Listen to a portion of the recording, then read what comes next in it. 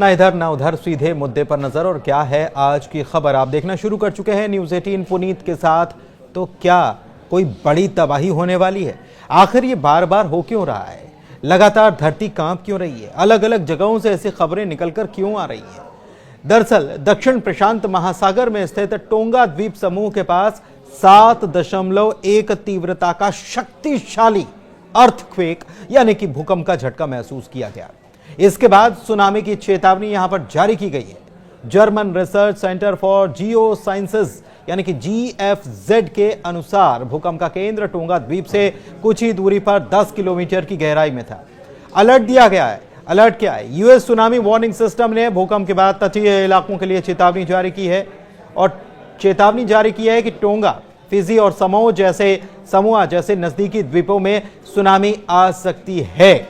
स्थानीय अधिकारियों ने लोगों को तट से दूर रहने और सुरक्षित जगहों पर जाने के लिए भी कह दिया है। टोंगा 170 से ज्यादा द्वीपों वाला एक प्रशांत देश है जो भूकंप और ज्वालामुखी गतिविधियों के लिए जाना जाता है। साल 2022 में हुए हंगा हापाई ज्वालामुखी विस्फोट ने पूरे क्षेत्र में तबाही मचाई थी। दूसरी तरफ म्यांमार की अगर बात कर लें तो म्यांमार में लग रहा है कि कुदरत का कहर टूट रहा है। पहले दिन आए भूकंप के झटकों के बाद हुई तबाही के बाद संभलना तो दूर, उसे समझने में भी अभी लोग नाकाम ही थे कि एक के बाद एक लगातार भूकंप के झटकों से धरती डोल रही है। लोग खौफजदा हैं और उन्हें यह समझ में नहीं आ रहा कि अब वो करें तो क्या करें, उन्हें कौन बचाएगा। शुक्रवार को जो भूकंप आया उसकी तीव्रता 7.7 थी और उसी दिन 12 मिनट के भीतर ही एक और 6 से ज्यादा की तीव्रता का झटका फिर से महसूस किया गया और इसकी वजह से हर तरफ तबाही का मंजर ही नजर आया। इसके बाद लगातार एक के बाद एक झटके यहां पर दर्ज किए जा रहे हैं। कुल 5 बार यहां पर भूकंप के झटके महसूस किए गए हैं। शनिवार को भी करीब 5 की तीव्रता का झटका लगा यहां पर, तो रविवार की सुबह भी धरती डोली और 5.1 की तीव्रता का भूकंप यहां पर दर्ज किया गया। अब हालात ये हो गए हैं कि लोग अपने ही घरों में लौटने के लिए तैयार नहीं है। उन्हें डर लग रहा है, डर सता रहा है कि लगातार अगर भूकंप आया तो कहीं उनका घर जमींदोज न हो जाए। लोग थक चुके हैं, परेशान हो चुके हैं व्यवस्थाओं को देखते हुए कि कैसे पानी की व्यवस्था की जाए, कैसे खाने की व्यवस्था की जाए और कैसे अपनों को तलाशा जाए। रविवार को आए झटके की बात करें तो मांडले के पास ये झटके महसूस किए गए। अब तो आलम यह है कि एक तरफ बर्बादी और तबाही की तस्वीरें हैं, लोग अपनों को खोजने में लगे हैं, तो दूसरी तरफ अपने घरों में न रहकर लोग सड़क पर रात बिताने के लिए मजबूर हैं। उनके मन में किसी न किसी अनहोनी का डर जो है वो घर कर गया है। भूकंप के चलते अंडरग्राउंड तेल पाइपलाइनों को नुकसान हुआ है और वो कट चुकी हैं। वहीं बिजली की लाइन को भी अच्छा खासा नुकसान हुआ है। मौत के आंकड़ों की बात करें तो आधिकारिक तौर पर जो जानकारी दी गई उसके मुताबिक अभी तक 1700 लोगों की मौत हो चुकी है। हालांकि ये वो आंकड़े हैं जो जारी किए गए, या फिर कहें कि अभी तक इतने शव ही बरामद हुए हैं, जबकि 3400 लोगों के लापता होने की खबर है। हालांकि भूकंप के बाद जो इमारतें जमींदोज हुई हैं उनका मलबा भी अभी ठीक तरीके से हटाया नहीं जा सका है, यानी कि मलबे के नीचे अभी और लोग दबे हो सकते हैं। ऐसे में माना जा रहा है कि मौत का आंकड़ा 10,000 से ज्यादा हो सकता है। यह आशंका यूनाइटेड स्टेट जियोलॉजिकल सर्वे यानी कि USGS ने जताई है। थाईलैंड में हुए नुकसान की बात अगर की जाए तो बैंकॉक में 30 मंजिला इमारत गिर जाने की वजह से 10 लोगों की जान जा चुकी है। अधिकारियों के मुताबिक थाईलैंड में कुल 3 निर्माण स्थलों पर मौतें हुई और यहां पर अभी भी बचाव कार्य चल रहा है। म्यांमार में तो यहां के दूसरे सबसे बड़े शहर मांडले की सड़कों पर पड़े शवों से भयानक दुर्गंध फैलनी शुरू हो चुकी है। लोग अब भी अपने परिजनों की खोज में हाथों से मलबा हटाने में खुद लगे हुए हैं।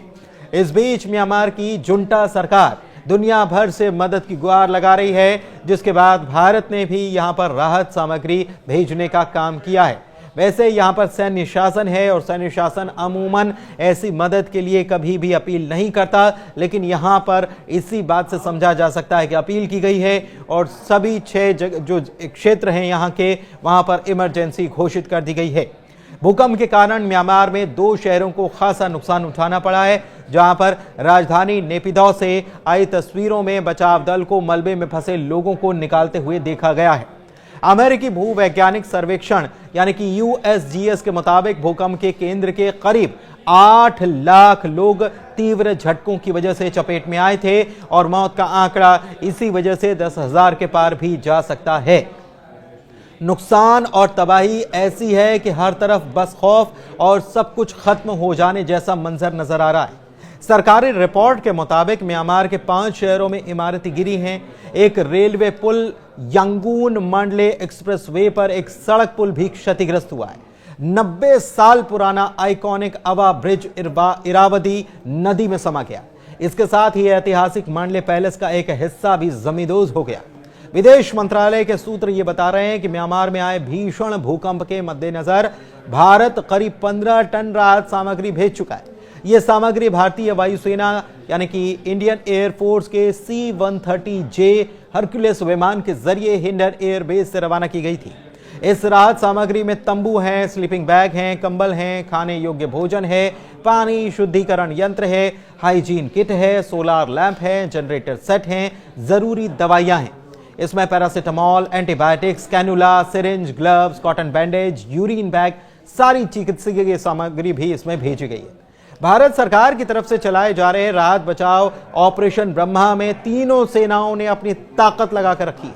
भारतीय वायुसेना के ट्रांसपोर्ट विमान राहत सामग्री लेकर उड़ान भरे हैं, तो सेना अपने फील्ड हॉस्पिटल के साथ म्यांमार में लैंड कर चुकी है।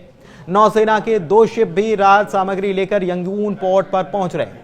भारतीय सेना को राहत बचाव के ऑपरेशन में दरअसल महारत है।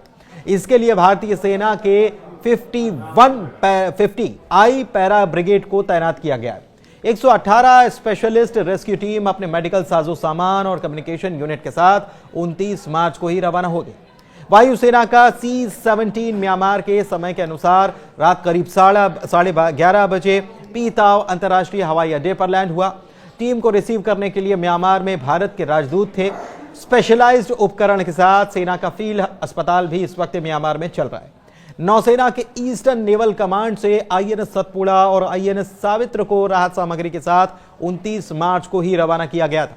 इसके अलावा अंडमान निकोबार कमांड ने INS स्कारमुक और LCU-52 नेवल शिप को भी रविवार को रवाना किया।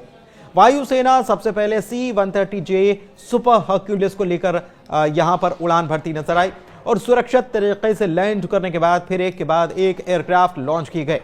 3 C-130 और 2 C-17 ग्लोब मास्टर के जरिए कुल 96.3 टन जरूरी सप्लाई म्यांमार में भेजी गई। आर्मी और NDRF के 198 जवानों को भी ऑपरेशन ब्रह्मा के लिए ग्राउंड जीरो तक पहुंचाया गया। अमेरिका की तरफ से भी मदद के हाथ बढ़े हैं। म्यांमार में सैन्य शासन होने के बावजूद ट्रंप ने कहा है कि US मदद करने के लिए तैयार है।